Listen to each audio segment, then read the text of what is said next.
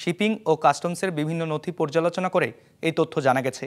আগে এসব পণ্য তৃতীয় কোনো দেশ হয়ে আমদানি হতো। নতুন এই প্রক্রিয়ায় খরচ ও সময় দুটি সাশ্রয়ী হবে বলে মনে করছেন আমদানিকারকরা। তবে সামাজিক যোগাযোগ মাধ্যমে যেসব তথ্য ছড়ানো হচ্ছে তা বিভ্রান্তিমূলক ও রাজনৈতিক বলে দাবি সংশ্লিষ্টদের।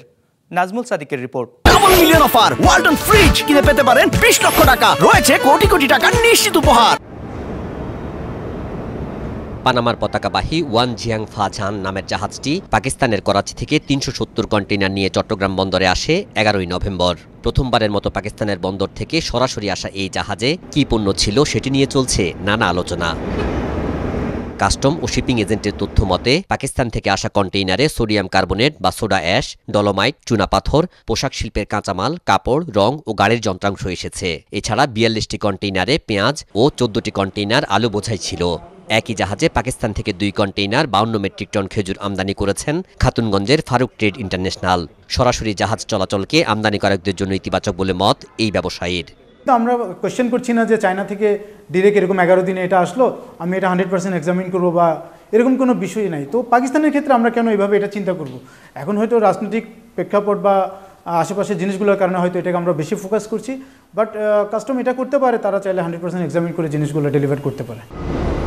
পাকিস্তান থেকে আসা এই জাহাজে কি পণ্য এসেছে তা নিয়ে সামাজিক যোগাযোগ মাধ্যমে চলছে নানা আলোচনা, ছড়াচ্ছে গুজব। এসব তথ্য বিভ্রান্তি তৈরি করছে, যার কোনো সত্যতা নেই বলে দাবি সংশ্লিষ্টদের। সম্প্রতি দুবাই ভিত্তিক কন্টেইনার জাহাজ পরিচালনাকারী সংস্থা ফিডার লাইন্স টিএমসিসি কয়েকটি দেশের বন্দরকে যুক্ত করে এই সেবা চালু করেছে।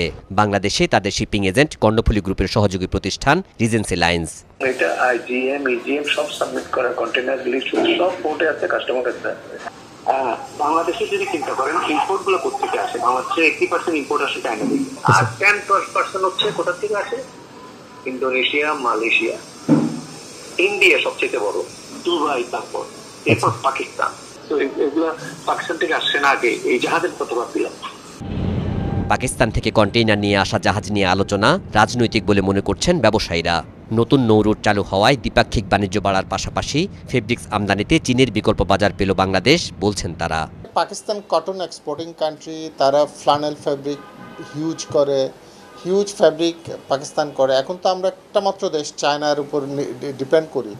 আমরা যে ফ্যাব্রিকগুলো ওভেন ফ্যাব্রিকের ক্ষেত্রে আমরা হয়তো 50% নিজেরা করি, বাকি 50% আমরা চায়না থেকে আনতে হয়, ইন্ডিয়া থেকে আনতে হয়। ওখান থেকে যদি পাকিস্তান ও আরেকটা দেশ যুক্ত হয় ফ্যাব্রিক আনার ক্ষেত্রে, হয়তো আমরা একটু কম্পিটিটিভ সুবিধাও পেতে পারি। কটন যদি আমি পাকিস্তান থেকে আনতে পারি স্পেলিং মিলের জন্য, আমার হয়তো বেটার একটু সুযোগ আসতে পারে। বন্দর কর্তৃপক্ষ জানিয়েছে, আলাদা কোনো চুক্তি বা সুবিধায় নয়, স্বাভাবিক প্রক্রিয়া অনুসরণ করেই এসব পণ্য বন্দরে নামানো হয়েছে। করাচির সাথে আমাদের ডাইরেক্ট শিপিং এর কোনো চুক্তিও হয় নাই, কোনো চিঠিও হয় নাই, কোনো পারমিশনও দিইনি আমরা, ঠিক আছে? তো করাচির থেকে তো আগেও কন্টেইনার আসতো, যেটা দুবাই হয়ে সিঙ্গাপুর, কলম্বো হয়ে, বুঝছেন না? এবার ওই যে আমাদের আরএসএল এর একটা জাহাজ যা দুবাই থেকে আসতেছে, ওটা করাচি টাচ করে আসছে। এরই মধ্যে চট্টগ্রাম বন্দরে আসা জাহাজটি পণ্য খালাস শেষে ইন্দোনেশিয়ার উদ্দেশ্যে রওনা দিয়েছে। চট্টগ্রাম বন্দর থেকে নিয়ে গেছে 289টি কন্টেইনার। এর মধ্যে রপ্তানি পণ্যবাহী কন্টেইনার একটি, বাকিগুলো খালি। নাজমুল সাদিকি, বিজনেস রিপোর্ট, মাছরাঙ্গা টেলিভিশন।